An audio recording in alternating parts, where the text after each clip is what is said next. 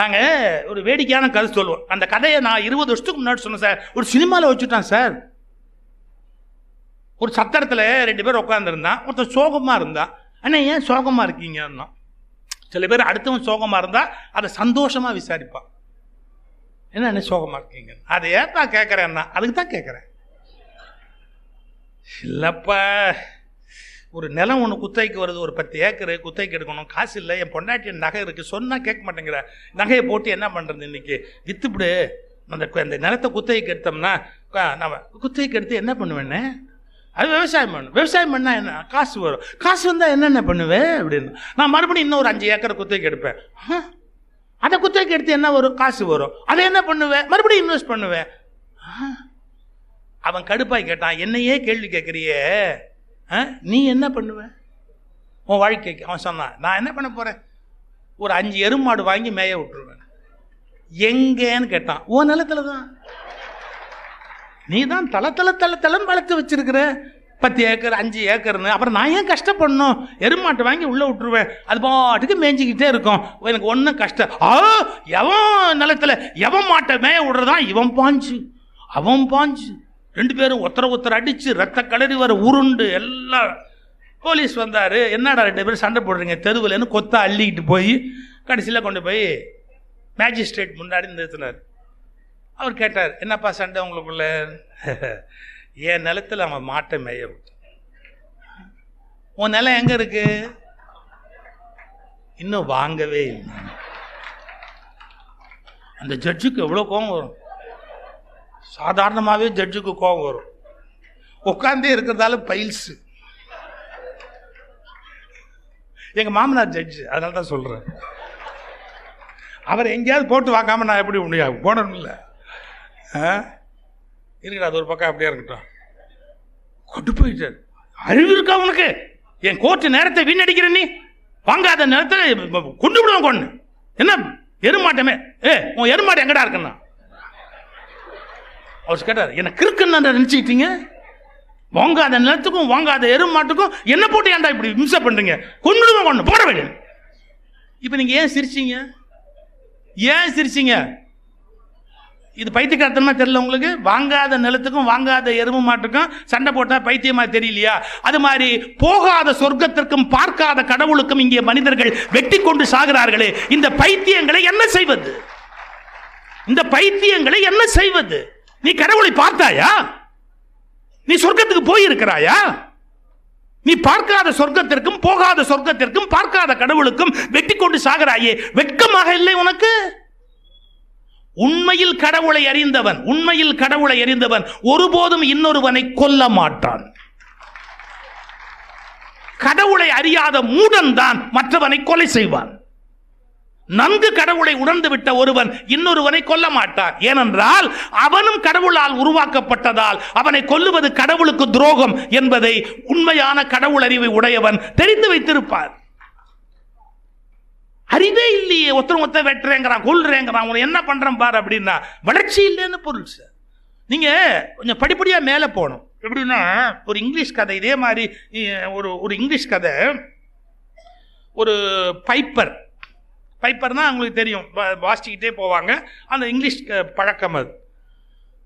அவன் ஒரு நாள் விடிய காலையில் ஒரு 5-5:30 மணிக்கு வயக்காட்டு வழியா பைப் வாசிச்சுக்கிட்டே போறான். 2 நண்பர்கள் விவசாயி, பக்கம் வீட்டில் இருந்தவங்க, அவங்க நிலத்துக்கு போய் வேலை செய்கிறாங்க. பாருங்க, இந்த பக்கம் நிலத்தில் ஒருத்தர் வேலை செய்கிறான், அந்த பக்கம் நிலத்தில் ஒருத்தர் வேலை செய்கிறான். இந்த பைப்பர் அப்படியே வாசிக்கிட்டே போகும்போது இவன் இந்த சைடுல இருந்து அவனை இப்படி பார்த்தான். அரே என்னமோ வாசிக்கிறான். அவன் அந்த சைடுல இருந்து இவனை பார்த்தான். ஐயோ என்னமோ வாசிக்கிறான். அப்படியே வாசிக்கிட்டே வந்தவன் இவங்க 2 பேரையும் தாண்டி அந்தாண்ட போய் அப்படியே போயிட்டான். பாருங்க, அப்படியே பார்த்துட்டானுங்க, முடிஞ்சு போச்சு. அப்புறம் எல்லாம் விவசாய வேலையெல்லாம் முடிச்சுட்டு சாயங்காலம் 5-5:30 மணி முடிஞ்சு 2 பேரும் வீட்டுக்கு திரும்பி போனோம். அது விவசாயம் பார்த்து வேலைகளில் பார்த்தவன் வீட்டுக்கு நேராக போகிறவன் ரொம்ப கம்மி. 7ஆம் நம்பர் கடைக்கு போயிட்டு சில பேர் போவான். இவன் 2 பேரும் அந்த டைப்பு. நேராக அங்கே போனானுங்க. அப்போ 2 பேரும் ஒரு டேபிளில் உட்காந்தானுங்க, சாப்பிட்லாம் அப்படின்னு, தீர்த்தம் சாப்பிட்லான்னு உட்காந்தாங்க. அப்படியே சாப்பிடும்போது சொன்னா, காலையில் ஒரு பைப்பர் அந்த சேப்பு தொப்பி போட்டுக்கிட்டு ஒன்று வாசிட்டு போனான் பாரு. ஐயோ ஐயோ, என்ன வாத்தியம், என்ன வாத்தியம்னா. இவன் அடுத்தவன் அதை விட்டுட்டான். கண்ணவிஞ்ச மூதேவி, கண்ணவிஞ்ச மூதேவி. அவன் எங்கடா சிவப்பு தொப்பி போட்டிருந்தான்? பச்சை தொப்பி போட்டிருந்தான்டா. உனக்கு கண்ணவிஞ்சு போனதால தான் உன் பொண்டாட்டி உன்னை மதிக்கிறது இல்லைன்னா. ஏய், ஏன் சம்சாரத்தை பத்தி பேசினா கொன்னே போடுவேன், வெட்டியே போடுவோம். நீ என்ன அவளை பத்தி பேசுறதுன்னா அவ யோகியதை தெரியாதான். ஐயோ ஐயோ, 2 பேரும் அடி தடி சண்டை வெட்டு குத்து எல்லாம் கட்டி புரண்டு உருண்டு 2 பேரும் ஒரு மாதிரி ஆயி கடைசியா கொஞ்ச நேரம் கழிச்சு மெதுவா சரி நமக்குள்ள சண்டை போட்டு என்ன பண்ண போறோம்னு சைலண்டா உட்காந்தானுங்க சார். இந்த கடைக்கார சமாதானம் பண்ணுவான்ல, சண்டை போடாதீங்கப்பா, என் கடையில் வந்து உட்காருங்க, பிரச்சனை சாப்பிட்டு போங்க. இப்படி சோகமா உட்கார்ந்த போது அதே பைப்பர் உள்ள வந்தான் சார். இவன் தானே கண்டுபிடிச்சிடலாம் பார் அப்படின்னு அவன் தொப்பியை கழட்டி இப்படி டேபிள் மேல வச்சான் சார். பக்கத்து டேபிள்ல உட்காந்து இப்படி அவன் தொப்பியை வச்சான் சார். அதுல பாதி சிவப்பு பெயிண்ட், பாதி பச்சை பெயிண்ட். அவன் தொப்பியில ஒரு பாதி சிவப்பு பெயிண்ட், ஒரு பாதி பச்சை பெயிண்ட் அதை வச்சிருக்கான். நான் பார்த்த பக்கம் பச்சையா இருந்ததால பச்சைன்னு சொல்லிட்டேன், அண்ணே மன்னிச்சுக்கண்ணா. நான் பார்த்த பக்கம் சேப்பா இருந்ததால சேப்புன்னு சொல்லிட்டேன், அண்ணே மன்னிச்சுக்கண்ணே அப்படின்னா. இவன் 2 பேரும் சேர்ந்தான். இவனால தான் நமக்குள்ள சண்டை வந்தது. ஆமா, இவனை உதப்போம் வா. அவன் ஒரு பாவம் பண்ணல பாவம். ஏன்டா இப்படி ஒரு தொப்பி போட்டேன்? நீ விதவிதமான கடல்ல போடுவே நீ. நாங்க 2 பேரும் அண்ணன் தம்பி மாதிரி போடணும், சண்டை போட்டுக்கிட்டு தெரியும் என்ன நினைச்சுக்கிட்டு இருக்க. அவனை போட்டு முத்துன்னு முத்தி கடைசியில் எரிச்சல் அந்த தொப்பியை எடுத்து வாசல்ல தூக்கி விட்டு எறிஞ்சான். போட அப்படின்னு தொப்பியை தூக்கி விட்டு எறிஞ்சு கொன்னுடுவோம் கொன்னு ஒன்னு அப்படின்னு அவனை மிதிச்சுட்டு 2 பேரும் அண்ணன் தம்பியா தோல்ல கை போட்டு வாசல்ல வரும்போது பார்த்தா வாசல்ல ஒரு பெரிய தண்ணி தொட்டி. அந்த தண்ணி தொட்டிக்குள்ள போய் அந்த தொப்பி விழுந்திருக்குது. அதை இப்படி பார்த்தானுங்க. அதுல 2 சாயம் 2ம் போய் விழுவிலேன்னு இருக்குது. நல்லா புரிஞ்சுக்கங்க. அதை பச்சைன்னா ஒருத்தன், சிவப்புன்னா ஒருத்தன் வெட்டிக்கிட்டு சாகணும்னு முடிவு பண்ணா நல்ல தண்ணியில கழுவி எடுத்ததுக்கு அப்புறம் அது ஒண்ணுமே இல்லை, கலரே இல்லாதது அப்படின்னு கண்டுபிடிச்சான். அது போல்தான் ஒவ்வொரு மதமும் கடவுளை பச்சையாய் பார்க்கிறது, சிவப்பாய் பார்க்கிறது. நன்கு கழுவி எடுத்தால் அது நிறமற்றது என்பதை புரிந்து கொள்வார்கள். அது நிறமற்றது, அது வடிவமற்றது, அது குணமற்றது, அது உங்கள் கைக்கு அகப்படாதது. வானத்தை நீளம்னு சொல்றீங்க, அறிவுபூர்வமான விஷயமா? வானம் நீளமா? நீங்க போயிட்டே இருப்பீங்க, நீளமே கிடைக்காது. வானம் நீளம் கிடையாது, அது ஒரு மாயா தோற்றம். உங்களுக்கு கடல் நீளமா தெரியுது, நீளமா? கையில தண்ணி அள்ளி பாருங்க, அதுக்கு ஏதாவது ப்ளூ கலர்ல இருக்குதா? இல்ல. அந்த நீலம்ங்கிற நிறத்துல தோன்றினாலும் அது உண்மை அல்ல, மாயை, அல்ல நிறம் கிடையாது. அதுபோல் கடவுள் உங்களுக்கு ஒவ்வொரு மதத்தில் ஒரு வகையில் காட்சி அளித்தாலும் அது ஒருபோதும் நிறமற்றது, அது இன்ன மதத்துக்கும் கட்டுப்படாதது. நான் சொல்றது எல்லா மதத்துக்கும் சேர்த்து தான் சொல்றேன். நான் ஏதோ ஒரு மதத்துக்கு மட்டும் சொல்றேன்னு பொருள் அல்ல. எல்லா மதவாதிகளும் அடக்கி வாசிக்க வேண்டும். எல்லா மதவாதிகளும் அடக்கி வாசிக்க வேண்டும். என் மதம் மட்டுமே உயர்ந்தது என்று பேசுகிற முட்டாள்தனத்தை நிறுத்துங்கள். உங்கள் எல்லைக்குள் நீங்கள் கண்டறிந்த அறிவு அவ்வளவுதான். அதை மற்ற மதத்தோடு மோத விடாதீர்கள். இந்த நூற்றாண்டில் மதத்தின் பெயரால் சண்டையிட்டால் அதை விட அசிங்கம் உலகத்தில் வேறு இருக்க முடியாது. ஞானம் அடைந்தவர்கள் யாராவது கடவுளின் பெயரால் சண்டையிடுவார்களா? உண்மையான கடவுளை உணர்ந்து விட்ட யாராவது ஒருவன் மதத்தின் பெயரால் சண்டையிடுவானா? அது பைத்தியக்காரர்கள் செய்ய வேண்டிய வேலை. நாம் ஏன் அதை செய்ய வேண்டும்? கேட்கணும். அப்ப இதோட நின்று போயிடுவேன். அது எப்படி உருவாச்சு? ஏன்? எதுக்கு? எப்படி? இந்த மாதிரி மாறி மாறி மாறி கேள்விகளை கேட்க கேட்க தான் நமக்கு ஒரு விடை, பெரிய ஆழமான ஒரு விடை தெரிவதற்கு வாய்ப்பு இருக்கும். இப்போ ஒரு ஆபத்து சொல்றானா, ஒரு எல்லை வரையில நீங்க படிக்கணும். இப்ப புத்தக கண்காட்சி எதுக்கு வச்சிருக்காங்க? படிக்கணுங்கிறதுக்காக வச்சிருக்காங்க. வாங்குங்க, இந்த புத்தகத்தை படிங்க, அந்த புத்தகத்தை படிங்க, 100கணக்கான புத்தகத்தை படிங்க. நான் வேணான்னு சொல்லல. ஆனா ஒரு எல்லைக்கு அப்புறமா ஒரு ஆபத்து ஒரு சொல்லட்டுமா? எல்லாத்தையும் அறகுறையா படிச்சவனை விட ஆபத்தானவன் இந்த உலகத்துல வேற எவனுமே இல்லை. ஏன்னா அவன் எல்லாத்தையும் அறகுறையா படிச்சு வச்சிருப்பான். Very dangerous. அதனுடைய கடைசி ஆழத்துக்கு அவன் போயிருக்க மாட்டான். அந்த எக்ஸ்ட்ரீம், அந்த லெவல் இருக்குல்ல, அந்த இன்டெப்த் நாலேஜ், அதுக்கு போயிருக்க மாட்டான். சிம்பிளி ரீடிங், எல்லாத்தையும் படிப்பான், மனசுல தூக்கி அப்படியே போட்டுக்குவான், அவன் பாட்டுக்கு ஒப்பிச்சுக்கிட்டு திரிவான். அதனுடைய ஆழத்துக்கு போனாதான் இதுக்கும் அதுக்கும் வேறுபாடு இல்லைங்கிற தெளிவு அவன் அடைய முடியும். ஸோ அறகுறையா படிச்சவன் பெரிய பெரிய ஆபத்தானவன். அது மாதிரி இன்னொரு வார்த்தையை சொல்லிட்டு போற, ரொம்ப யோசிக்கிறவன் உருப்படியா ஒரு காரியம் செய்ய மாட்டான். ரொம்ப யோசிக்கிறான் பாருங்க. சில பேர் ஹோட்டல்ல போய் உட்காந்து என்ன சாப்பிட்றேன் கொஞ்சம் யோசிச்சோம். ஏய், ஹோட்டலில் யோசிக்கிறதுக்கு என்ன இருக்கு? ஒரு 10 ஐட்டம் இருக்கு, எதை தின்னாலும் பேதி போகுது. அது இதுவா என்ன ஹோட்டலில் ஒரு 10 ஐட்டம் தான் மொத்தமாக இருக்க போகுது. எது அண்மை காலத்தில் போட்டதோ அதை கொண்டாப்பா, ரீசெண்ட் ப்ரொடக்ஷன் அதை கொண்டா, எக்ஸ்பைரி டேட்டோட கொண்டாந்துடாது. இவ்வளோதானே நம்ம வேலை. எதுக்கு சொல்ல வரேன், ரொம்ப யோசிக்கிறான்னு வச்சுங்க ஒருத்தன், ஒரு காரியம் செய்ய மாட்டான். சில பேர் ரோட்டிலே நிற்பான், லெஃப்டில் போகிறதா ரைட்டில் போகும், லெஃப்டில் போனால் அந்த வேலையெல்லாம் முடிச்சுக்கலாம், ரைட்டில் போனால் இந்த வேலையெல்லாம் முடிச்சுக்கலாம். ஆனால் லெஃப்டில் டிராஃபிக் ஜாஸ்தியாக இருக்கும்ல, ஆமாம். பட் ரைட்டில் போனால் ஒன்றுமே நம்ம வாங்க முடியாது இல்லை, ஆமாம். ரைட்டில் ரொம்ப சுற்றி போக வேண்டியிருக்கும்ல, ஆமாம். அப்போ லெஃப்ட்லேயே போயிடலாமா? போயிடலாம், நின்று போக வேண்டியிருக்கும். இந்த பையன் கடைசி வரைக்கும் நகரவே மாட்டான். ஒரு அளவு தான் யோசிக்கணும். நான் ஒரு வார்த்தை சொல்கிறது உண்டு, இந்த வாழ்க்கை ஒரு பெரிய புதிருங்க, இந்த வாழ்க்கை ஒரு பெரிய சஸ்பென்ஸுங்க, இந்த வாழ்க்கை ஒரு பெரிய மர்ம நாவலுங்க, இந்த வாழ்க்கை ஒரு முடிவில்லாத அதிசயங்க. நீங்கள் இந்த காட்டுக்குள்ளே பூந்து வெளியில் வரும்போது எல்லாம் தெரிஞ்சுதான் நான் ஸ்டெப்பு வச்சு போவேன்னா சான்ஸே இல்லைங்க. கடவுள் உங்களுக்கு ஒரு சின்ன கை விளக்கு கொடுத்துருக்கிறாரு. அந்த கை விளக்கால பாருங்க, ஒரு 10 அடி தூரத்துக்கு பாம்பு இல்லை பல்லி இல்லைன்னா புறப்பட்டுருங்க. இந்த காட்டோட 15,000 மைலும் எனக்கு தெரிஞ்சுதான்னா நீ ஜென்மத்துக்கு போக மாட்டேன். என்ன ஒரு 10 அடிக்கு போகிறதுக்கு ஒரு டார்ச் லைட் கையில் இருக்குது, வச்சுக்க தைரியமாக போயிட்டு உனக்கு கொடுத்த அறிவை வச்சு பயணத்தை ஆரம்பி. அதை விட்டு எல்லாம் கம்ப்ளீட்டாக தெரிஞ்சுட்டு தான் நான் வீடு கட்டுவேன்னா அவன் வீடே கட்ட மாட்டான். வீடு கட்டினா ஏமாத்துவாங்க, யார் கட்டினாலும் ஏமாத்துவாங்க, யார் கட்டினாலும் ஏமாத்துவாங்க, யாரை கட்டினாலும் ஏமாத்துவாங்க.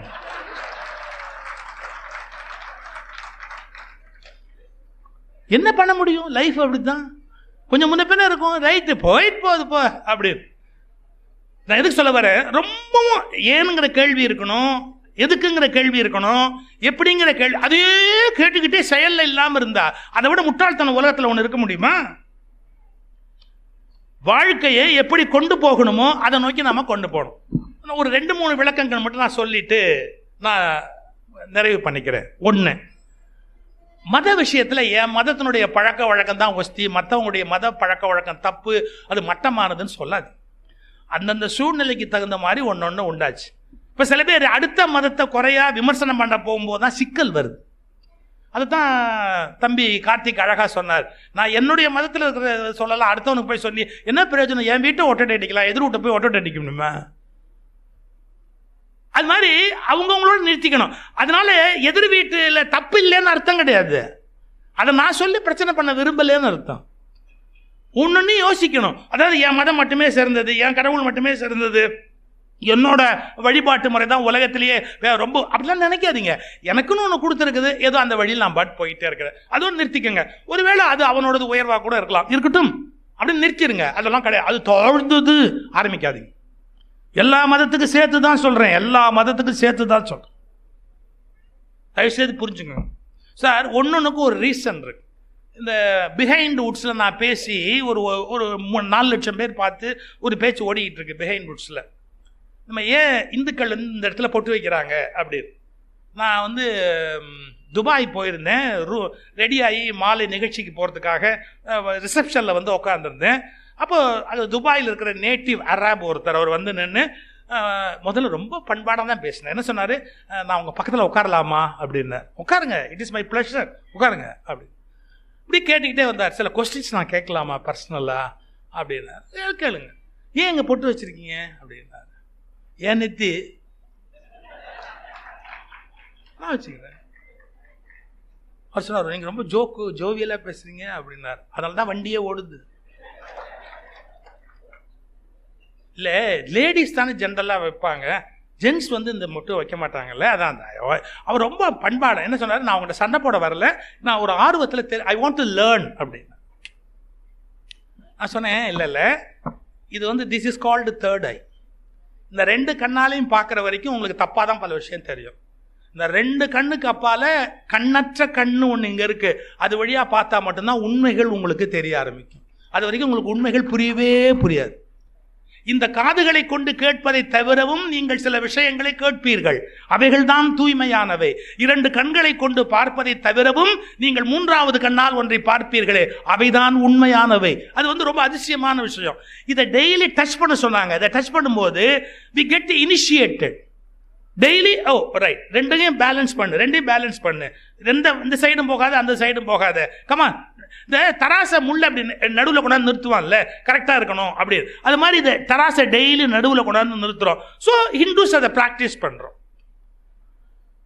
அவர் இப்படி நிறைய நேரம் பேசிக்கிட்டு இருந்தார். அப்புறம் சொன்னார், I learned a lot from you. நான் ஹிந்தி படங்கள் நிறைய பார்ப்பேன், எனக்கு ரொம்ப ஹிந்தி சினிமாலாம் ரொம்ப பிடிக்கும். இப்படிலாம் பேசிக்கிட்டே இருந்துட்டு ரொம்ப சந்தோஷமாக வழி அனுப்பிச்சி வச்சார் அந்த நண்பர். அது இருக்கட்டும். அப்புறம் நான் சொன்னேன், என்ன நீங்கள் பர்சனலாக சில கொஸ்டின் கேட்டீங்க, உங்களை நான் கேட்கட்டுமா? If you allow me I will ask you. கேளுங்களேன் அப்படின்னாரு. நீங்கள் ஏன் இந்த மாதிரி ஒரு ட்ரெஸ் போட்டிருக்கீங்க? இல்லை, இது எங்கள் நாட்டோட அடையாளம் அப்படின்னாரு. அப்போ அவங்களுக்கும் ஒரு அடையாளம் வச்சுருப்போம், அந்த அடையாளத்தை மாற்ற மாட்டோம். லாஜிக்கலாக எத்தனை விதமான மாற்றங்கள் உலகத்தில் ஏற்பட்டால் கூட நம்ம அடையாளங்களை இழக்கிறதுக்கு தயாராக இருக்க மாட்டோம். அது மாதிரி நாங்கள் எங்கள் அடையாளங்களை இழக்க மாட்டோம். இதுதான் உண்மை, அதுக்கு வேறு ஒன்றும் காரணம் இல்லை அப்படின்னு சொல்லிட்டு நான் சொன்னேன், நீங்கள் ஒரு சயின்ஸ் புரிஞ்சுக்கணும். பாலைவனத்தில் மணல் காற்று சூறாவளியாக அடிக்கிற போது அப்படியே ஆடையை தூக்கிற மேலே பாலைவனத்தில். அதை விட கொடுமை எப்படின்னா, தலைமுடிக்குள்ள மணல் போயிடும். நீங்கள் நல்லா தெரிஞ்சுக்கணும், தலைமுடிக்குள்ள மணல் போயிட்டா ஜென்மத்துக்கு உங்களால் கிளீன் பண்ண முடியாது. குப்புன்னு ஒரு மணலை கொண்டாந்து தலையில் கொட்டிட்டா நீங்கள் எவ்வளவு குளிச்சாலும் மணல் போவாது, ரொம்ப கஷ்டம். அதுவும் அந்த மணல் காற்று அடிக்கும் போது தலைமுடியில் கொட்டிடுச்சுன்னு வச்சுங்க, போவாது. பாலைவனத்தில் கண்ணில் மண்ணை அடிச்சிருச்சுன்னு வச்சுங்க, அவங்களால பார்க்க முடியாது. ஸோ பாலைவனத்துக்குன்னு ஒரு ட்ரெஸ் உருவாகுது, உடம்பு முழுக்க மூடப்பட்டது, முகத்தை மூடப்பட்டது, தலை மேலே ஒரு ரிப்பன் கட்டி ஒரு துணியை போட்டு தலைமுடிக்குள்ள மணல் போகாதபடி அமைக்கப்பட்டது. அந்தந்த இடத்திற்கு ஏற்ப ஒரு ஆடை வடிவமைக்கப்படுகிறது. நம்முடைய இஸ்லாமிய நண்பர்கள் வட்டமாக உட்கார்ந்து சாப்பிடுவாங்க. என்ன காரணம் தெரியுங்களா? ஆதி காலத்தில் பாலைவனத்தில் மணல் காத்து திடீர்னு அடிச்சுட்டா கூட உணவுல மணல் விழாதபடி எல்லாரும் அப்படியே மூடிக்கிறதுக்கு வசதியா வட்டமாக உட்கார்ந்து சாப்பிடுற கல்ச்சர் அவங்களுக்குள்ள உருவாயிற்று. வேர்களை தேடுங்கள், வேர்களை தேடினால் உங்களுக்கு உண்மைகள் புலப்படும். நீங்கள் விருட்சங்களின் மலர்களை குறை சொல்லுகிறீர்கள், அதன் வேர்கள் எங்கிருந்து புறப்பட்டன என்று வேர்களை கொஞ்சம் தேடி பாருங்கள். there is a reason behind it. அப்படி ஒன்னொன்னுக்கு ஒரு காரணம் இருக்கு. அது எப்ப கிடைக்கும் உங்களுக்கு? ஏன் இந்த கேள்விகளை கேட்டுக்கொண்டே போனாதான் நாங்க இந்த உலகத்துல உண்மைகளை புரிந்து கொள்ள முடியும். சார், எனக்கு ஒரு பெரிய வாய்ப்பு, நிறைய அறிவாளிகளோடு பழகுகிற வாய்ப்பு. அதுவும் விதவிதமான அறிவாளிகளோட, scientist, religious personal, spiritual people, இன்னும் நிறைய பேரோட பழகுகிற ஒரு பெரிய வாய்ப்பு என்னுடைய வாழ்க்கையில். ஒரு MS ஆர்த்தோ, ஒரு டாக்டர், அவருடைய நண்பர். நான் போனேன். அப்படி போன போது நிறைய பேஷண்ட்டு வெயிட் பண்ணிட்டு இருக்கிறாங்க. ஆக்சுவலாக பேஷண்ட்டுன்னு சொல்லுவோமே ஒழிய பேஷன்ஸ் இல்லாதவங்க தான் பேஷண்ட். பொறுமையே இருக்காது பேஷண்ட்டுக்கு. யாராவது ஒருத்தர் உள்ளே போனால் எரிச்சலாக இருக்கும். நம்ம வரிசையில் உட்காந்துருக்கோம், எவனோ ஒரு தடிமாடு மாதிரி ஒருத்தன் உள்ளே போகிறான் அப்படிம்பாங்க. நான் ஒன்றே சொன்னேன் அவர்கிட்ட, நான் உங்களை பார்க்கணுன்னு வந்தேன், பட் நிறைய பேஷண்ட் வெயிட் பண்ணுறாங்க இந்த இடத்துல. அப்போ நான் இங்கே உங்களுக்கு நின்று பேசிக்கிட்டு இருந்தால் நல்லா இருக்காது, நான் போயிட்டு இன்னொரு நாள் வரேன், நீங்கள் ஃபோன் பண்ணுங்கள். நான் கோயம்புத்தூர் வந்ததால உங்களை பார்க்கணுங்கிறதுக்காக வந்தேன், நான் இன்னொரு முறை வரேன். சார் உட்காருங்க சார், உங்களை பிடிக்கிறது பெரிய கஷ்டம், ஒரு 10 நிமிஷம் உங்களோட இருந்தால் எனக்கு ஒரு சந்தோஷம், உட்காருங்க அப்படின்னு உட்கார சொல்லிட்டு நான் பாட்டுக்கு பேஷண்ட்டை பார்க்குறேன், பேசுவோம். நம்ம விதவிதமான அனுபவம் சார். ஒரு 85 வயசுக்கு மேலே ஒரு வயசானவர் வந்தார். வயசானவர்னு சொல்கிறது மன்னிச்சுங்க, இந்த கூட்டத்தில் இருக்கிறவங்களுக்கு கடைசியே எவ்வளோ வயசோ அதை விட ஒரு வயசு பெரியவர் வந்தார். வயசானவங்களுக்கு டெஃபினேஷன் அதுதான். அவர் நடக்க முடியலைங்க அப்படின்னார். அப்படியா, நடக்க முடியலையா, படுங்க, அதில் ஏறி படுங்க. அவர் ஏறி படுத்து ஒரு எவர் சில்வரில் சுத்தியில் மாதிரி ஒன்று வச்சுருக்காரு. அதை முட்டியில் டங்னு தட்டினார், இங்கே தட்டினார், அதெல்லாம் தட்டி முடிச்சுட்டு அப்புறம் அந்த காலில் தட்டினார், எல்லாம் பண்ணிட்டு. உங்களுக்கு இப்போ என்ன ஏஜ்? 85 கம்ப்ளீட். 85 வயசு ஆயிடுச்சு இல்லை, முட்டியெல்லாம் தேஞ்சிருக்கும்ல. இந்த வயசில் நாங்கள்லாம் இருப்போமான்னு தெரியாது. யார்? டாக்டர். இந்த வயசில் நாங்கள்லாம் இருப்போமான்னு தெரியாது. கடவுள் உங்களுக்கு இருக்கிறதுக்கு வாய்ப்பு கொடுத்துருக்கிறாரு. வயசாகி போனதால் முட்டியெல்லாம் தேஞ்சு போயிருக்கு, அதான் உங்களுக்கு பெயினுக்கு காரணம். அவர் ஒரு கேள்வி கேட்டார் சார். என்ன கேட்டார் தெரியுங்களா? இந்த முட்டிக்கு என்ன வயசு? டாக்டர் இப்படி பார்த்தார். என்ன கேட்குறீங்க? இல்லை, இதுக்கு 85 வயசு, வலிக்குது, தேஞ்சு போச்சு. நீங்கள் இதுக்கு என்ன வயசு? அதுவும் 85. அது ஏன் வலிக்கல? இதுக்கு டாக்டர் பதில் சொல்ல முடியாது. ஏன்னா அவர் MBBS சிலபஸில் அது இல்லை. இது ஏன் வலிக்கலன்னு பாருங்க. டாக்டர் என்ன இப்படி பரிதாபமாக திரும்பி பார்த்தார். நான் கேட்டேன், நான் போட்டுமா? அவர் அவமானப்படுறத நான் எப்படி உட்காந்து பார்க்கறது? நான் சொன்னேன், நான் போட்டுமா? உட்காருங்க அப்படின்ட்டு. என்ன கேட்டீங்க அப்படின்னார். இது ஏன் வலிக்கல? நாளையிலேருந்து ஆரம்பமாயிடும் சார். இந்த ஏன்கிற கேள்வியை சரியா கேட்கணும். நீங்க விபரீதமா கேட்டால் விபரீதமா போகும். நான் சொல்ல வந்தது இது இல்லை, இன்னொரு கேஸ் அது. ஆக்சுவலா நான் அதை அறியாம அந்த நகைச்சுவைக்குள்ள போயிட்டேன். அவர் வந்தபோது ஒருத்தரை செக் பண்ணிட்டு, ஒரு young man, he will be around 40-41, அவ்வளோதான். அவரால் நடக்க முடியல சார். அவர் என்ன பண்ணாரு, நீங்கள் ஸ்கேன் எடுத்துகிட்டு வாங்கலாம் சொல்லியிருக்கிறாரு. அந்த ஸ்கேனை பார்த்தாரு, ரிப்போர்ட்டை பார்த்தாரு, அப்புறம் அவரை செக் பண்ணார். பார்த்துட்டு இப்படி யோசிச்சுட்டு, எல்லாம் நல்லா இருக்குது சார், உங்களுடைய முட்டி எலும்பு எல்லாமே நல்லா தான் இருக்குது. இல்லை டாக்டர், என்னால் நான் நினைக்கிற மாதிரி நடக்க முடியல, சிரமமாக இருக்குது. அப்படி கொஞ்சம் திணறிக்கிட்டே இருந்து சில போது நான் சொன்னேன், இந்த MS ஆர்த்தோ என்னுடைய நண்பர் அவர்கிட்ட சொன்னேன், நான் ஒன்று சொல்லாமா? சொல்லுங்கள் சார். நான் ஓஷோ படிச்சிருக்கேன். இது மாதிரி ஒரு கேஸை ஓஷோ ரெஃபர் பண்ணுறாரு. அப்படியா? என்ன சொல்கிறார்? சின்ன வயசில் 10 வயசு 12 வயசு பையனாக இருக்கும்போது நீங்கள் ஓடணும் அப்படின்னு நினச்சி ஓட ஆரம்பிக்கும் போது உங்கள் உடம்பு உத்தரவு கொடுத்துரும், மூளை கொடுத்துரும், ஓடு அப்படிங்கும். நீங்கள் ஓடலாங்கிற கமாண்டு வந்து உடம்பெல்லாம் ரெடியானப்போ உங்கள் அப்பன் ஒரு குட்டி நறுக்குன்னு குட்டி உக்கார், ஓடுன கொன்னுடு. இது மாதிரி சில பேர் வீட்டில் நடக்கும், பார்த்துருக்கீங்களா? அதாவது பிசிக்கலி அண்ட் சைக்கலாஜிக்கலி அவன் ஓடுறதுக்கு ரெடி ஆயிட்டான். கமாண்டு புறப்பட்டுடுச்சு, காலில் இருக்கிற ஒவ்வொரு அணுவுக்கும் கமாண்டு போயிடுச்சு, ரன் அப்படின்னு. அப்போ அவங்க அப்பா ஸ்டாப் பண்ணிட்டாரு. நல்லா தெரிஞ்சுக்கங்க, இப்படி பிள்ளைகளை வளர்த்தவர்களுக்கு 40-42 வயதில் எல்லாம் நன்றாக இருந்தாலும் வேலை செய்யாது. ஏன்? சின்ன வயசு கமாண்டு அது உங்க மனசுல கிடக்குது. அந்த கமாண்டு நீங்க எதாவது செய்யணும்னு நினைச்சா கூட அப்படியே பிளாக் பண்ணிடும். தயவு செய்து உங்க பிள்ளைங்களை வளர்க்குற போது அவங்க அது மாதிரி விளையாட போறாங்க. பாரதி எழுதுறாரு, எங்க அப்பா என்ன விளையாடவே விட மாட்டான். சில பேர் நினைச்சுக்கிட்டு இருக்கிறான் புஸ்தகம் படிச்சா மட்டும்தான் புள்ள உருப்படும்னு. தப்பு. புஸ்தகம் படிக்கிறதோட எவ்வளவு விளையாட முடியுமோ அவ்வளவு விளையாடினாதான் உங்க புள்ள உருப்பட முடியும். விளையாட அலோவ் பண்ணுங்க. ஏன்னா விளையாட்டுல தான் லவ் ஆல் அப்படிங்கிறதே கற்றுக் கொடுக்குறான். விளையாட்டுல தான் டீம் ஸ்பிரிட்ங்கிறதே கற்றுக் கொடுக்குறான். விளையாட்டுல தான் தோல்வி ஒரு தோல்வியே அல்ல என்பதை வாழ்க்கை கற்றுக் கொடுக்கிறது. ஏன்னா விளையாட்டுல தோத்து போனவனே ஜெயிச்சவனுக்கு கை குலுக்கிட்டு வெளியே வருவான். புரியுதா? இப்போ விளையாட்டில் நல்ல ஸ்போர்ட்ஸ் மேனாக ஒருத்தர் இருந்தான்னு வச்சுக்கோங்க, அவன் வாழ்க்கையில் சக்ஸஸ்ஃபுல்லாக இருப்போம். இதெல்லாம் நம்ம பேரண்ட்ஸுக்கு தெரியாது. அதுலேயும் இந்த பள்ளிக்கூடத்தில் பண்ணுற அழும்பு, பிடி பீரியட்னு ஒன்று வச்சு அதை திருடிட்டு கணக்கு சொல்லி கொடுக்குறது, இங்கிலீஷ் சொல்லி கொன்னுடுங்க. ஆமாம், என்னை மட்டும் எஜுகேஷன் மினிஸ்டர் ஆக்குனீங்க, கொன்னுடுங்க. என்னைக்கு ஆக மாட்டேன்ற தைரியத்தில் சொல்கிறேன். பிடி பீரியடை கொள்ளையடிக்காதீங்க. ஆசிரியர்களுக்கு சொல்கிறேன், பிடி பீரியடை கொள்ளையடிக்காது. உங்கள் தமிழ் படித்தா என்ன, படிக்காட்டி என்ன, இங்கிலீஷ் படித்தா என்ன, படிக்காட்டி என்ன, பிடி பீரியடில் பிள்ளைய விளையாட விடணும். எவ்வளோ இம்பார்ட்டன்ட் தெரியுமா அது? அதெல்லாம் நம்ம எடுக்கலாமா? சில விதமான எனக்கு ஒரு இதுக்காக சொன்னேன். நான் என்ன அமைச்சராக போகிறேன், ஒரு நாளாக போகிறது இல்லை. அந்த அளவுக்கு நம்ம குழந்தைங்களை அடிமைப்படுத்துகிறோம். இது செய், அது செய்யாது, இது செய், அது செய்யாது, இப்படிலாம் பண்ணக்கூடாது. சைக்கலாஜிக்கலாக அப்செட் ஆகிப்பட்டால் குழந்தைங்களுக்கு தைரியம் போயிடும். உங்க குழந்தைக்கு எல்லாத்தை விட முக்கியமான விஷயம் 2 தான். என்ன தெரியுமா? தைரியம், ஆரோக்கியம். இது 2 இருந்தா போறோம், உங்க பிள்ளை ஜெயிச்சிடும். தைரியம், ஆரோக்கியம், அந்த 2, துணிவு, உடல் நலம், அது 2 இருந்தா போறோம், நம்ம பிள்ளைங்க ஜெயிச்சிடும் உலகத்துல. அதுங்களுக்கு வாழ தெரியும். இதெல்லாம் சின்ன விஷயமா இருக்கும். ஆனா அப்ப அவர் சொன்னாரு, எப்படி சார் திடீர்னு இந்த மாதிரி ஒரு கருத்து சொன்னீங்க அப்படி? யாரு? வந்த பேஷண்ட். ஆமா, எங்க அப்பா என்ன அப்படிதான் சார் வளர்த்தாரு. எங்க அப்பா என்ன அப்படிதான் சார் வளர்த்தாரு. எல்லாத்துலையும் அப்படியே நொறுக்குன்னு ஒரு குட்டுவாரு, இந்த மாதிரி பண்ணுவார். நான் சொன்னேன், இது என்னோடது இல்லைங்க, மருத்துவத்திலிருந்து மனமற்ற நிலைக்குன்னு ஓஷோ ஒரு புக் எழுதுறாரு.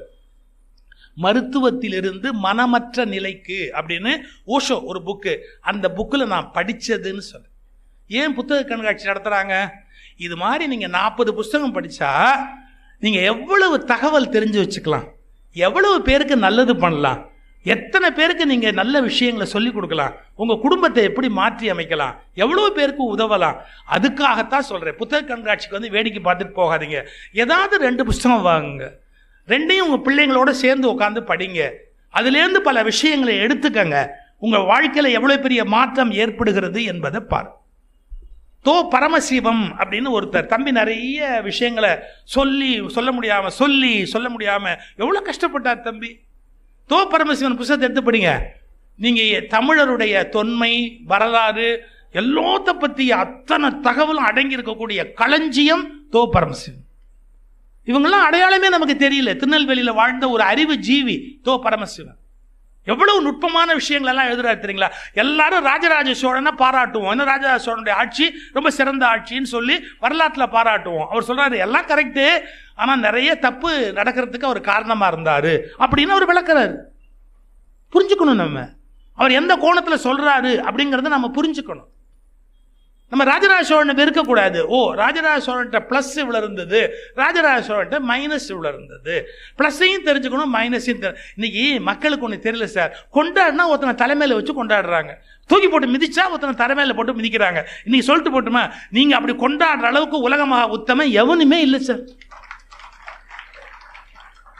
நீங்கள் தூக்கி போட்டு மிதிக்கிற அளவுக்கு மோசமான ஆள் இந்த உலகத்தில் இல்லை சார்.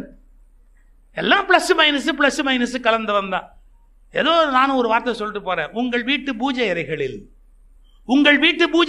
நீங்கள் கொண்டாடி கொண்டிருக்கிற பல தெய்வ வடிவங்களாக கொண்டாடி கொண்டிருக்கிற மனிதர்கள் தனிப்பட்ட வாழ்க்கையில் எவ்வளவு ஒழுக்கமற்றவர்கள் என்பது உங்களுக்கு தெரியாது.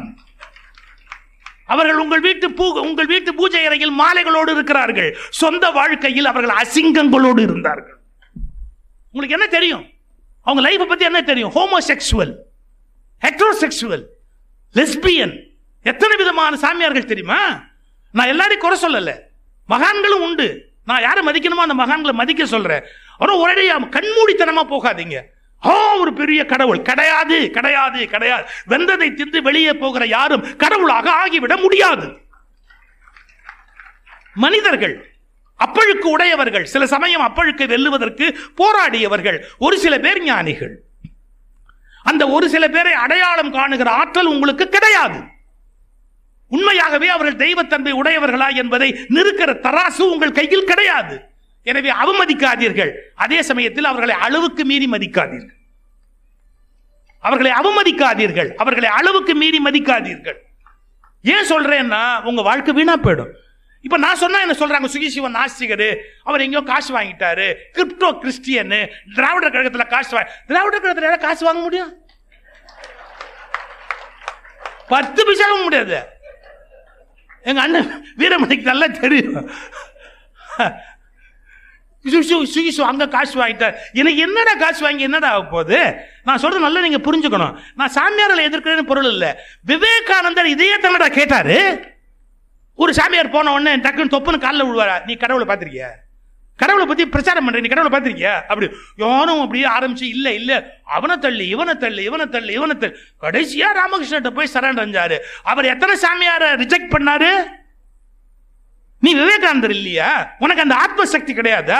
தைரியம் கிடையாதா? பொத்துன்னு எவன் காலையும் உளறியே, எவனை பார்த்தாலும் அவன் காலில் போய் உளறியே. அவன் எவ்வளவு பலவீனமானவன்கிறது உனக்கு தெரியாது தம்பி.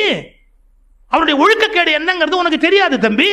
எல்லா மதத்துக்கும் சேர்த்து தான் சொல்றேன், திரும்ப சொல்றேன், எல்லா மதத்துக்கும் சேர்த்து தான் சொல்றேன். உங்களுக்கு சந்தேகம் இருந்ததுன்னா கிறிஸ்டியானிட்டியில போப் இதுல மெயில் ஐடியில இந்த நிறைய பேரை பற்றிய செக்சுவல் குற்றங்களை பற்றியது தனி ஒரு செக்ஷன் இருக்கு, எடுத்து பாருங்க. எவ்வளவு இடங்கள்ல கேஸ் இருக்கு, போப்பு முன்னாடி நிக்குது, அவ்வளவு பெரிய கேஸ் கிடக்குது. எத்தனை பேர் தவறா நடந்திருக்கிறாங்க அப்படிங்கறத பத்தி அது ஒவ்வொரு மதத்திலுமே இருக்கு. நீங்க நம்ப மாட்டேங்கிறீங்க.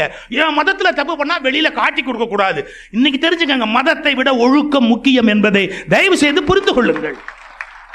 ஏன் மதம் நான் எப்படி காட்டி கொடுப்பேன் அப்படின்னா தப்பு. நீங்க நம்பிக்கொண்டிருக்கிற பல பேருடைய சொந்த வாழ்க்கையை எடுத்து பார்த்தா வெரி வெரி வெரி டேஞ்சரஸ். அவங்க they have spoiled a lot சொசைட்டியில. நான் வயசான காலத்தில் வீட்டில் உட்காந்து சௌக்கியமாக சாப்பிட்ற அளவுக்கு கடவுள் எனக்கு கொடுத்துருக்காரு. எனக்கு ஒரு குறையும் கிடையாது. 3 வேளையும் சாப்பிடலாம். எனக்கு சுகர் கிடையாது, சுகர் பிபி கிடையாது, பிபி கிடையாது. என்ன நினைச்சாலும் நான் சாப்பிடலாம். எவ்வளோனா இனிப்பு கூட நான் சாப்பிட ஒன்றும் எனக்கு கிடையாது. எனக்கு சுகர் அவ்வளோ கண்ட்ரோலில் இருக்கும். நான் தான் கண்ட்ரோலில் இருக்க மாட்டேன். சாரி, எனக்கு ஹெல்த் இருக்கு, பை காட்ஸ் கிரேஸ் வெல்த் இருக்கு. அந்த வெல்த் என்னது இல்லை, நீங்கள் கொடுத்தது. நீங்கள் நான் பேசுகிறதால எனக்கு நீங்கள் பல பேர் எனக்கு மரியாதை பண்ணுறாங்க. நான் சௌரியம் எல்லாம் நான் துரோகம் பண்ண விரும்பலை. நான் யார்கிட்டேருந்து வாங்கி எச்சலை தின்னனோ அவங்களுக்கு துரோகம் பண்ண விரும்பலை.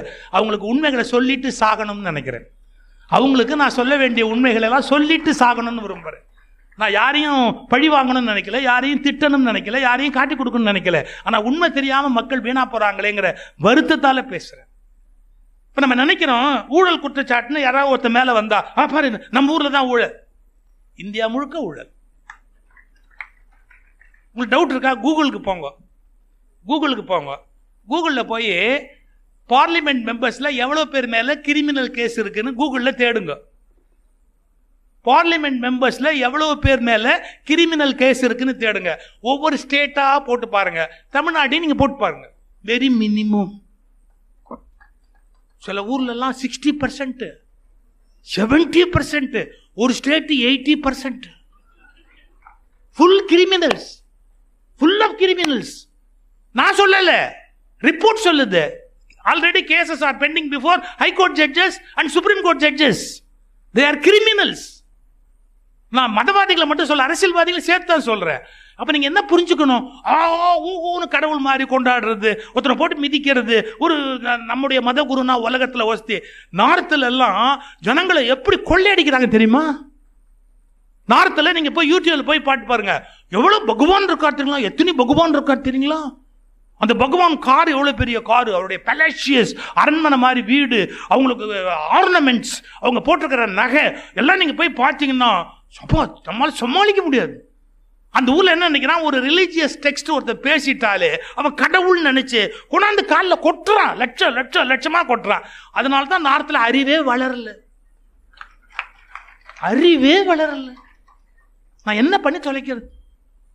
எனக்கு யார் மேலேயும் விரோதம் இல்லை. ஐயோ மக்கள் இப்படி போறாங்களேங்கிற அளவு கடந்த வேதனை. இன்னும் எவ்வளோ நாள்னு கடவுள் எங்களுக்கு எழுதியிருக்கிறாருன்னு தெரியாது. அவர் கூட்டிட்டு போறதுக்குள்ள நான் யாரெல்லாம் கை நீட்டி வாங்கணும்னோ அவங்களுக்கு செய்ய வேண்டிய நன்மையை செஞ்சுட்டு சாகணுங்கிற ஒரே காரணத்தால தான் நான் இன்னைக்கு இவ்வளவு வீம்பா பேசிட்டு இருக்கிறேன். யாரையும் சப்போர்ட் பண்றதோ இல்லை யாரையும் வீழ்த்துறதோ என் நோக்கமே கிடையாது. உங்களை காப்பாத்துறது மட்டும்தான் என்னோட நோக்கம். தேங்க்யூ. கேள்வி கேளுங்க, யாரா இருந்தாலும் கேள்வி கேளுங்க, எப்பேற்பட்டவராக இருந்தாலும் கேள்வி கேளுங்க. ஏன், எதற்கு, எப்படி என்ற கேள்வியை கேட்டால் மட்டும்தான் கேள்விகள் அறிவுலகத்தின் சாவிகள்.